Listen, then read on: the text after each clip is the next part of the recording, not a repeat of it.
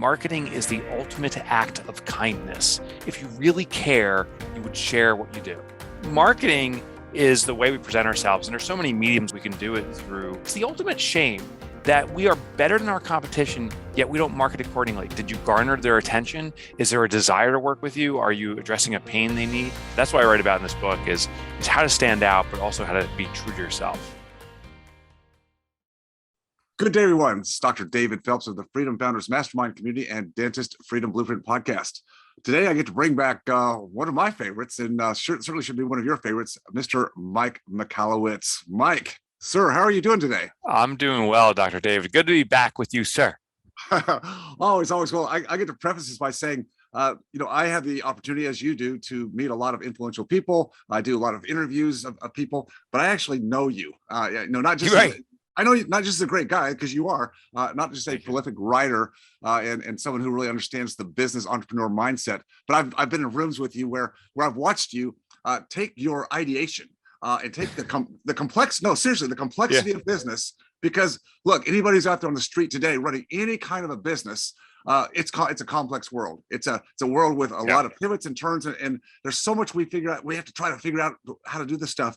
And what I love about your books, and this is like number 7, and I've got all 7. I've got all 7. I love them. Is that you take the complex and you make it simple, but you also make it fun and innovative. And I think you give frameworks that take the complex and allow business owners like me to actually go put these into place. And that's the key. I mean, you can read theory all day long, right? If you can't put it in practice. So the book today we're talking about, your latest book, is Get Different. And Mike, I have to say in a very positive way, sir, you are different. Thank you, and proud of it. Be proud of it. Yeah. One thing I do is I look at my contemporaries, in this case, the authors space, business authors, and say, what is the common approach that business authors use to promote their books, write their books? And then I ask myself, okay, what can I do that's different than that, and is consistent with who I am? Mm-hmm. I think to be different for different sake is actually very dangerous, but to be different where it's an amplification of who you naturally are and separates you from the pack, that's a big deal. And that's what I write about in this book is how to stand out, but also how to be true to yourself. So let's just talk about marketing as a whole for a moment. Yeah. And again, I'm thinking from my early days in business where the word marketing really meant more like advertising, and I didn't have a clue. And unfortunately, Mike, most business owners don't. The world of marketing is, today I need a website.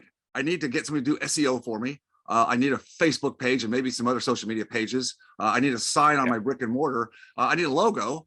And hey, shouldn't that just do it? I mean, it's the field of dreams. Build it and they will come if I just do those basic things. And we know today the world is way more complex and people are distracted. You talk about milliseconds, which we'll get to. The millisecond effect. But let's just talk about that aspect today, because you can't. Because the commoditization of the world, industries, businesses, products, services, it's just rampant today. Standing out is critical. It's absolutely critical. And I think the equivalent of the websites and social media presence, that's the brochure of 30 years ago. And so saying, hey, I have a brochure, why isn't everyone flocking to me? Well, you have to propagate that. And a brochure is how people can dig in deeper with you. But did you garner their attention? Is there a desire to work with you? Are you addressing a pain they need? So marketing is the way we present ourselves. And there's so many mediums we can do it. We can do it through email, and we can use social media and so forth. It's direct mail campaigns. It's billboards. It's simply the way you present yourself.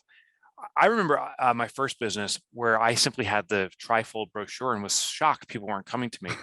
I was a computer guy. I did computer systems and computer networks, and I presented myself the same, and this is the danger of replicating. I did the best practice of our industry.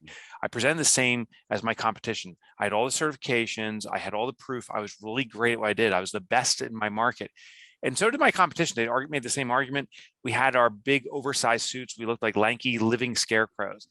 And we were duking it out. And then one day, this company comes in and they kicked my butt 9 ways till Sunday. And who it was Geek Squad. Mm-hmm. Geek Squad decided to present themselves differently. And that is marketing, is presentation marketing. Instead of wearing the scarecrow lanky suit like everyone else was doing, they wore flood pants, narrow tie, taped glasses, and they became the superheroes of the industry. Today, Geek Squad, Robert Stevens is the founder, sold to Best Buy, and the cumulative value is $1 billion with a B, $1 billion. Robert Stevens, the founder, shared something. He said, the more boring your industry, the greater the opportunity to differentiate. Exactly. Exactly.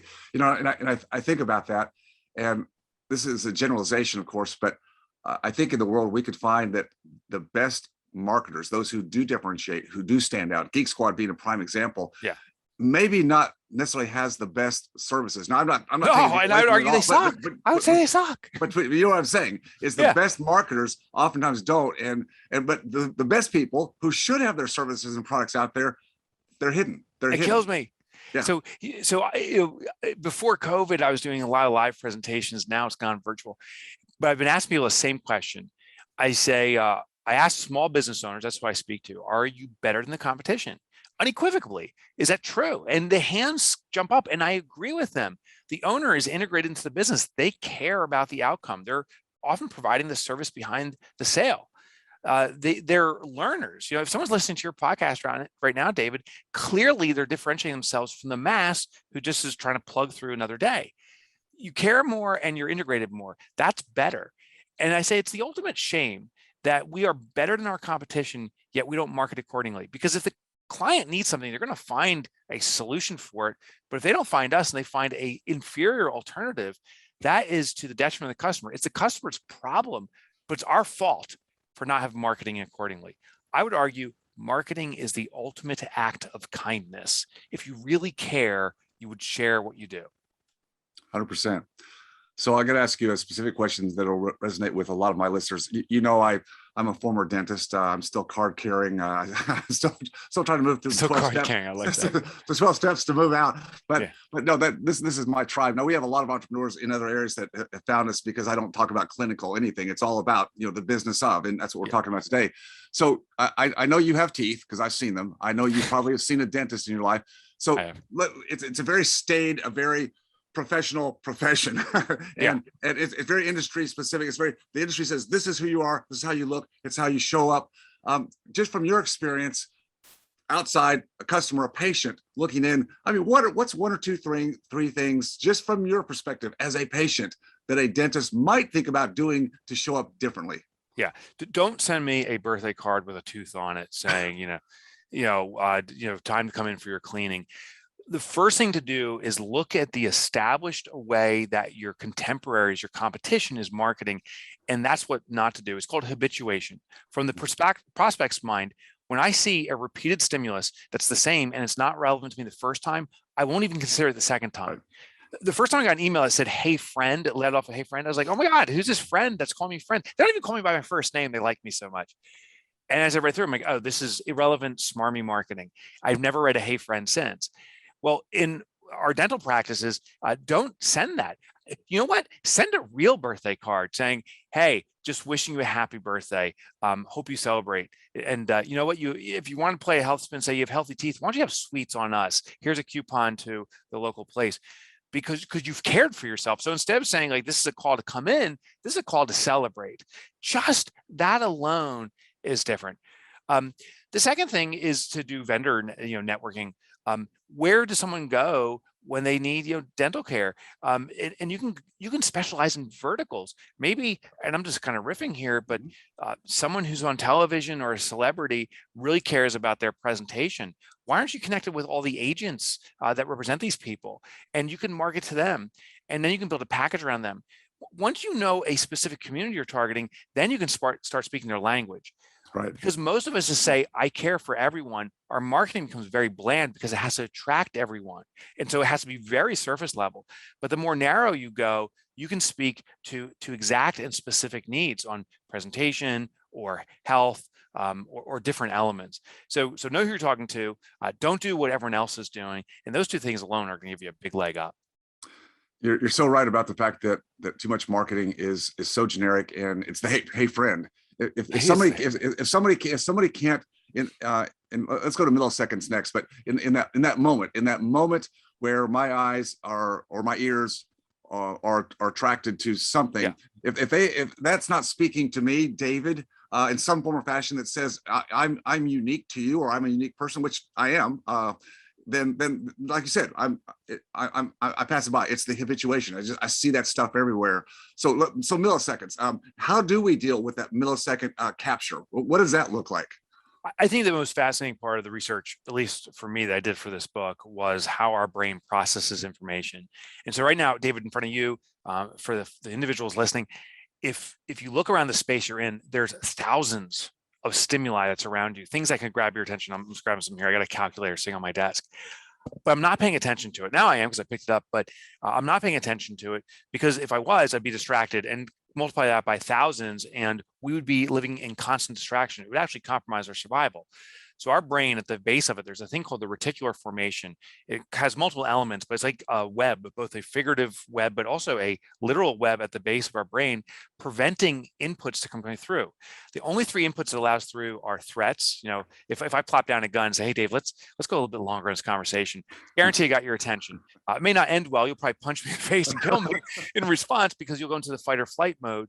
But threats get through the reticular formation. The second thing is opportunities, known opportunities. If I plop down a wad of hundreds or thousands and say, hey, can we keep talking? I also have your attention, but I'm at risk that you may say, thanks for the money, and you're not really paying attention, or you walk away with it. The only other way past this gatekeeper of the mind is by doing something that's unexpected. So if we're outside talking in the yard, almost saying something squiggles on the ground, something we weren't expecting, our brain just lights up. The amygdala, that's our threat response, jumps back, and we go, what is this? The prefrontal cortex lightens up and says, I got to evaluate this. Is this a snake? Did someone just turn the hose on? Did a wad of money kind of go rolling down in front of me? What is it? Well, in our marketing, there's three ways through to the brain. You can send a threat. And listen, some people try to do this, like, last chance. If you don't do this, you'll be sued. It gets attention. The only thing is, it causes the prospect to go into fight or flight mode. If you're threatening them, if you don't do this, here's the consequence, they become combative. That's very risky. Opportunities, I could send a mailer out to everyone with a $100 bill in that saying, do I have your attention? Techniques of reciprocity and so forth. But there's a massive risk. They pocket the money. The other way, which is the lowest risk and highest return, is the unexpected. If I send that lumpy mail, that's something that invokes curiosity, the mind actually lights up and says, I have to evaluate this. I can't stop myself. I have to know, is this a threat, opportunity, or something not to consider? But until I evaluate it, I won't. All that stuff I just explained over 3 minutes, 4 minutes, that happens in 1/10 of a second. I call it the blink test. If you blink right now as fast as you can, your fast blink is slower than our mind operates on conscious thought of making a decision to proceed forward with something or not. You've 1/10 of a second to catch attention. Therefore, do something that's unexpected, something they haven't experienced before. If you enjoyed watching or learning from this video, please leave a like and subscribe to my channel for more content. If you have a question about any of my content or this specific video, just please leave a comment down below. And as always, stay focused on your freedom. I'll see you next time.